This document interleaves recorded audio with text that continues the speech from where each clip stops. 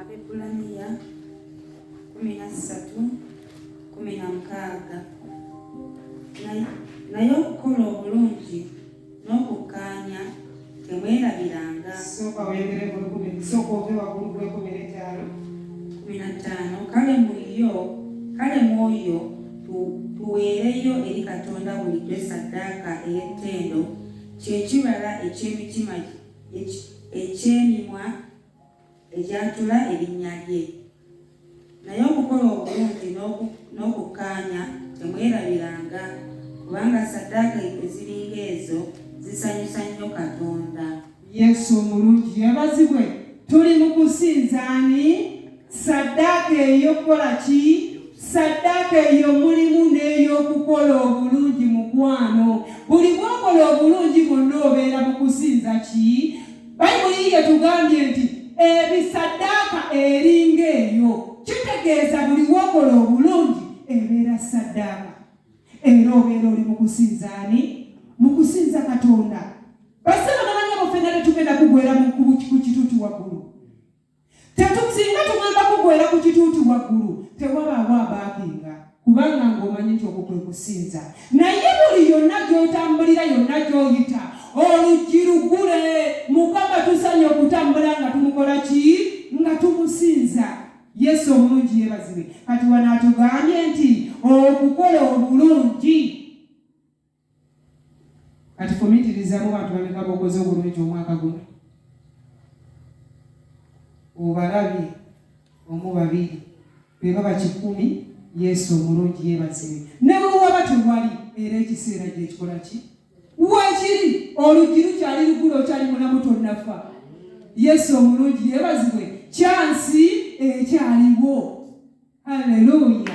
Okukola obuki? Okukola obulungi. Naye ssaddaaka. Naye ebiseera ebisinga abooluganda tubeera wano ne tubeeraho nnyo wano ku kyaki. Musumba yamanyi okucyokoza, kubira essimu bw'alaba nga oyogera mpola nga kubuuza nga weewombeese nnyo. Simanyi oba aba amanyi nti oyina eddalu, simanyi nange ekyo. Naye kitegeeza ne bwe tubeera wano ku kyaki tulina engeri gyetukulitaininga, kugamba ng'omwoyo gutukulukutako.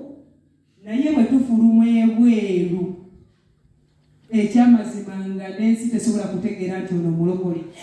Nga kuggwe tekuliiko kuggwe kintu kyonna kisinza Katonda.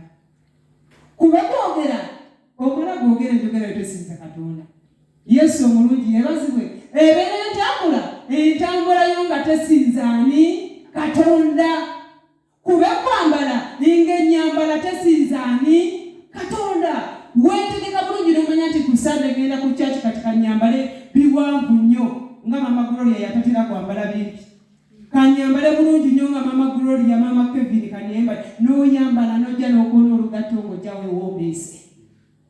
Bw'ofuluma ekkanisa bw'oti n'ova ku sayiti n'omanya nti kati Katonda mmaze omusinza, n'ozzaamu buno obwetumba obukomeeyo. Yesu omulungi yeebazibwe. Tuba mu kusinza Katonda. Olwo tuba tuli mu musinza mu mwoyo ne mu mazima. Kitegeeza bwe tuba tuli musinza mu mwoyo ne mu mazima, keera enziriza nga tewali akulaba, olina okusigala ng'omusinza. Kawale koona nga teri akulaba, olina okusigala ng'omukola ki? Ng'omusinza. Yesu omulungi yeebazibwe. Haleluya. Okusinza Katonda ssaddaaka ey'okusinza. Genda olusomereko, somako bikolwa by'Abatume 9:36.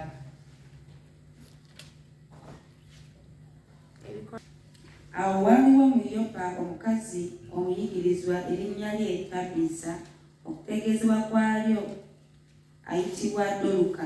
Omukazi oyo yali ajjudde ebikolwa ebirungi n'ebintu bye yagabanga. Olwatuuka mu nnaku ezo n'alwala n'afa. Bwe baamala okumunaaza ne bamuteeka mu kisenge ekya waggulu. Era kubanga Luda akyali kumpi ne Yopa, abayigirizwa bwe baawulira nga Peetero gy'ali ne bamutumira abantu babiri nga bamwegayirira nti, "Tolwa, tuukirira gye tuli." Peetero n'agolokoka n'agenda nabo. Bwe yatuuka ne bamutwala mu kisenge ekya waggulu, ne bannamwandu bonna ne bayimirira kumpi naye nga bakaaba nga boolesa ebizibaawo n'ebyambalo Doluka bye yakolanga ng'akyali nabo. Naye Peetero n'abafulumya bonna. Yesu omulungi yeebazibwe.